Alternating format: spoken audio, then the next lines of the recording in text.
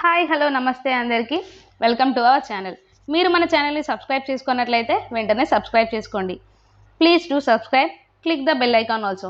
ఇప్పుడు ట్విట్టర్లో డిస్కషన్ జరుగుతుంది. అది ఏంటంటే నాని గారు అండ్ విజయ్ దేవరకొండ గారు సంబంధించి ఉంది. ఆ రూమర్ ఏంటంటే నాని గారు కావాలని విజయ్ దేవరకొండ గారి పైన నెగిటివ్ కంప్లైంట్స్ చేస్తున్నారు, డబ్బులు ఇచ్చని తెలుస్తుంది. పేడ్ నెగిటివ్ కంప్లైంట్స్ చేస్తున్నారు. అందుకే విజయ్ దేవరకొండ గారు ఈ అన్నెసెసరీ నెగిటివిటీ అని చెప్తున్నారు. అది నడుస్తుంది. దీన్ని కొంతమంది సపోర్ట్ చేస్తున్నారు అండ్ ఇంకా కొంతమంది రిజెక్ట్ చేస్తున్నారు. మెజారిటీ ఆఫ్ ది పీపుల్ మాత్రం రిజెక్ట్ చేశారు, కరెక్ట్ కాదని చెప్పి. సపోర్ట్ చేసిన వాళ్ళు కొంతమంది ఏమంటున్నారంటే ఎస్ నిజమే, కావాలని నెగిటివిటీ జరుగుతుంది అండ్ విజయ్ దేవరకొండ గారు ఏం మాట్లాడినా అందులో భూతద్దంలో పెట్టి మరీ వల్గారిటీని వెతికి విజయ్ దేవరకొండ గారిని తప్పే అని మాట్లాడుతున్నారు అనేది కొంతమంది వర్షన్.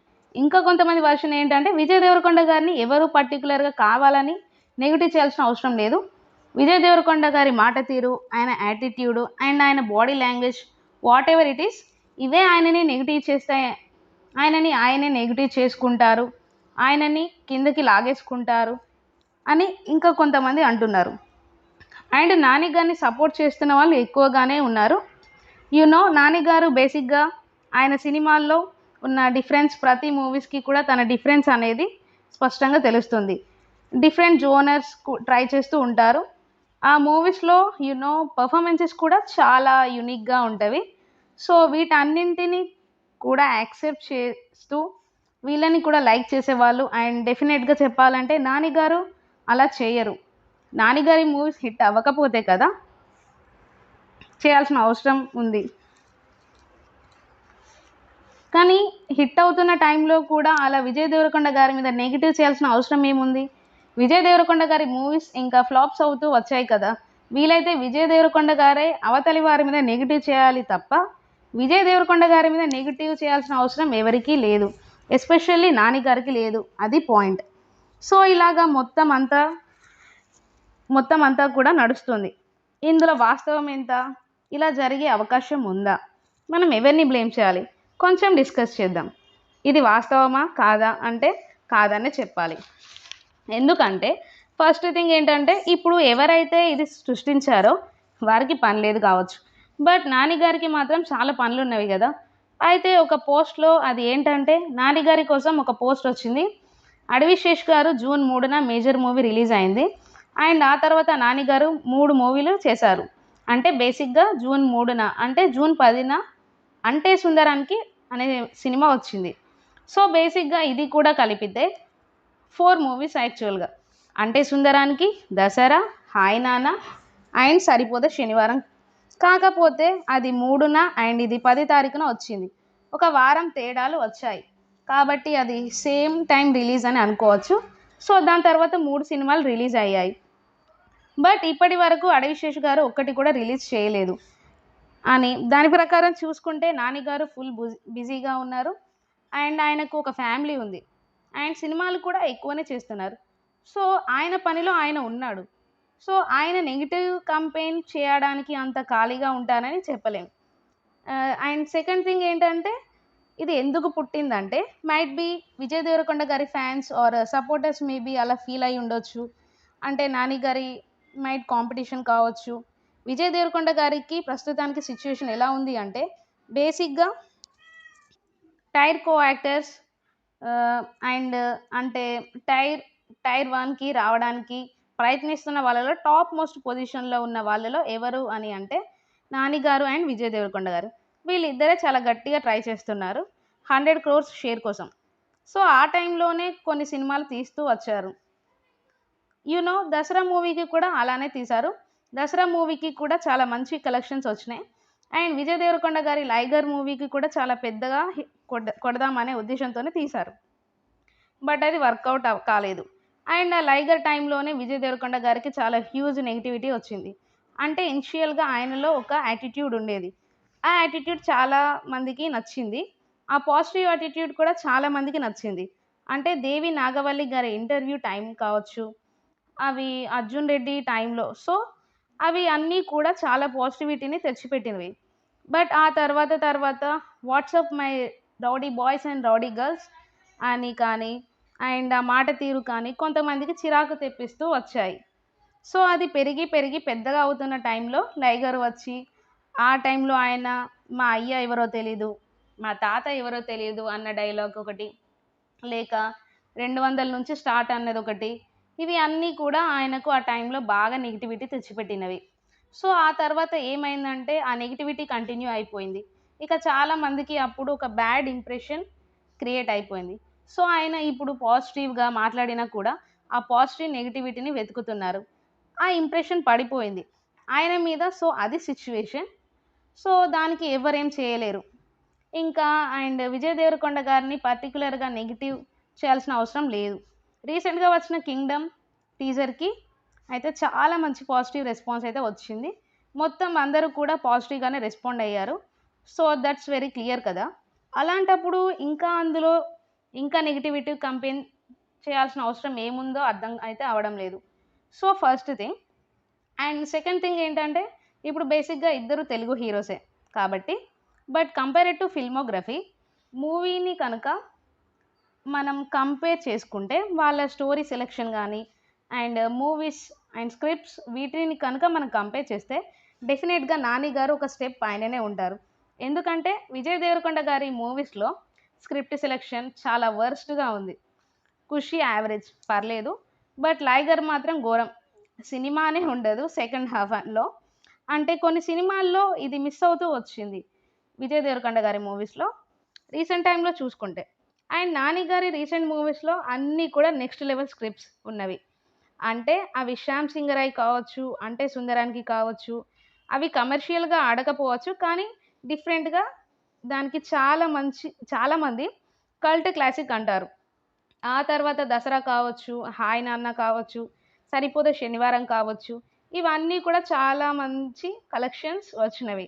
అంటే సో స్టోరీస్ పరంగా not only for collections, stories కూడా చాలా different stories and different genres and అన్ని రకాలుగా కూడా పీపుల్ని ఎంటర్టైన్ చేస్తూ వస్తున్నాయి. సో అది అన్నీ కూడా చాలా మందికి నచ్చుతవి. మీన్ వైల్ ఇక్కడ విజయ్ దేవరకొండ గారికి ఏమైందంటే అవి పెద్దగా ఆడలేదు సినిమాలంతా. బట్ ఇది అన్నీ ఇంత ఏం జరిగినా కూడా విజయ్ దేవరకొండ గారి క్రేజ్ ఇంత కూడా తగ్గదు. అది ఇక్కడ మెయిన్ అడ్వాంటేజ్. విజయ్ దేవరకొండ గారికి ఒక రైట్ సినిమా పడితే ఆయన అన్నట్టు నిజంగానే లెక్క 200తో స్టార్ట్ అవుతుంది. అలాంటి క్రేజ్ ఉంది ఆయనకి. అంటే ఆయనకి హిందీలో కూడా చాలా మంచి రీచ్ ఉంది. లైగర్ నుంచి లైగర్‌కి తెలుగు నుంచి మనకు 21 క్రోర్ నెట్ వస్తే హిందీ నుంచి 18.5 క్రోర్స్ నెట్ వచ్చింది. అండ్ ఏంటంటే లైగర్‌కి అంత బ్యాడ్ టాక్ ఉన్నా కూడా సో దాని రీజన్ ఏంటంటే లైగర్ ట్రైలర్‌కి బాగా రీచ్ వచ్చింది. ధర్మ ప్రొడక్షన్స్ నుండి వెళ్ళడం వలన చాలా హ్యూజ్ రీచ్ వచ్చింది దానికి. అప్పట్లో చాలా పెద్ద పెద్ద స్టార్ హిందీ హీరోలకు ఎంత క్రేజ్, ఎంత రీచ్ వచ్చిందో అంత రీచ్ వచ్చింది. సో ఆ కైండ్ ఆఫ్ సిచ్యువేషన్ ఉంది. సో దానిని ప్రాపర్‌గా యూటిలైజ్ చేసుకుంటే బాగా వస్తుంది. ఇప్పుడు కూడా మీరు గమనించినట్లయితే హీ హ్యాడ్ సిచ్యువేషన్. ఇప్పుడు 'కింగ్డమ్' మూవీలో ఎన్టీఆర్ గారు వాయిస్ ఓవర్ ఇచ్చారు. తమిళ్‌లో సూర్య గారు వాయిస్ ఓవర్ ఇచ్చారు. అటు హిందీలో రణబీర్ కపూర్ గారు వాయిస్ ఓవర్ ఇచ్చారు. సో ముగ్గురు స్టార్ హీరోస్ వాయిస్ ఓవర్ ఇచ్చారు. అంటే he had the potential reach. ఆయన ఎప్పుడో అవ్వచ్చు పాన్ ఇండియా స్టార్. బట్ ఏంటి అంటే ఆయన సినిమాలు కొన్ని ఆడలేదు అంతే. సో దానికి ఆయన కూడా ఏం చేయలేరు కదా. సో నాని గారికి ఏంటి ఇక్కడ అంటే హీ స్ట్రగ్లింగ్ ఇక్కడ కాదు. పాన్ ఇండియా వైడ్‌గా సక్సెస్ రాబట్టుకోవడానికి he is trying and struggling. So ఆయన ఒక్కొక్క మెట్టు ఎక్కుతూ వస్తున్నారు అన్నమాట. ఆయన ఏదో కొంచెం కొంచెంగా ఎదగాలనుకుంటున్నారు. అండ్ ఆ పాన్ ఇండియా సక్సెస్ ఎప్పటికైనా కొడతారు. బట్ నిజం చెప్పాలంటే ఏదో ఒకరోజు నాని గారు పాన్ ఇండియా సక్సెస్ కొడతారు. సో ఆ రోజు నాని గారు విల్ బి టాప్. అదైతే క్లియర్. ఎందుకంటే విజయ్ దేవరకొండ గారికి ఆ రీచ్, ఆ హైప్, ఆ మార్కెట్ అన్నీ కూడా దానికి తగ్గ సినిమాలు కూడా పడాల్సి ఉంటుంది. సో అలా జరగడం లేదు కదా రీసెంట్ టైమ్స్‌లో. ఒక్క 'కింగ్డమ్' మీద మాత్రమే అంత మంచి కాన్ఫిడెన్స్ అయితే ఉంది. అండ్ నెక్స్ట్ విజయ్ దేవరకొండ గారు VD14 మీద బాగానే ఉందిలెండి. దీని వలన ఏంటి అంటే, నాని గారి ప్రతి సినిమా పైన కాన్ఫిడెన్స్ అయితే ఉంది. రీజన్ ఏంటంటే, ఆయన స్క్రిప్ట్ సెలెక్షన్. సో, ఆ ప్రకారంగా చెప్తున్నాం. ఎండ్ ఆఫ్ ది డే ఇద్దరు మన తెలుగు హీరోసే. బట్ ఓపెన్‌గా చెప్పాలంటే క్రేజ్ అయితే కొంచెం విజయ్ దేవరకొండ గారికే ఎక్కువగా ఉంది. నాని గారితో కంపేర్ చేస్తే. అంటే నాని గారికి ఆ సినిమాల వల్ల క్రేజ్ వచ్చి ఉండవచ్చు.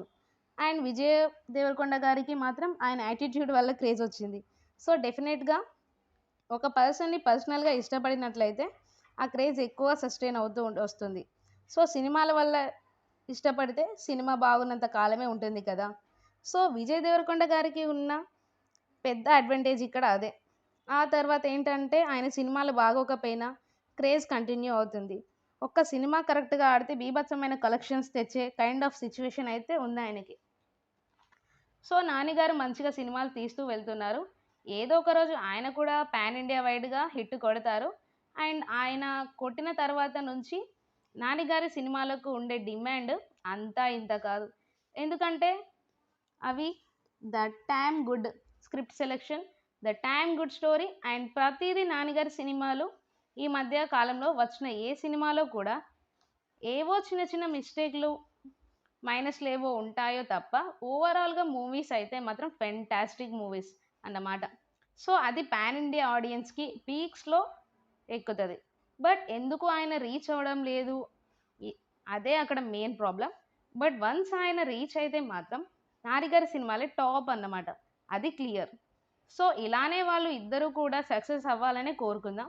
అటు 'నాని' గారు అవ్వాలి, ఇటు విజయ్ దేవరకొండ గారు అవ్వాలి.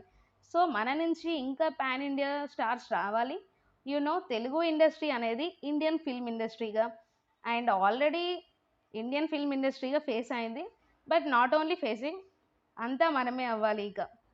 సో, దానికోసం ఎవరు ఎదిగినా మన తెలుగు పీపుల్‌కి హ్యాపీనే. సో, విజయ్ దేవరకొండ గారు పాన్ ఇండియా స్టార్ అయినా ఓకే. అండ్ నాని గారు పాన్ ఇండియా స్టార్ అయినా ఓకే. ఎందుకు ఈ అన్నెసెసరీ పంచాయతీలు?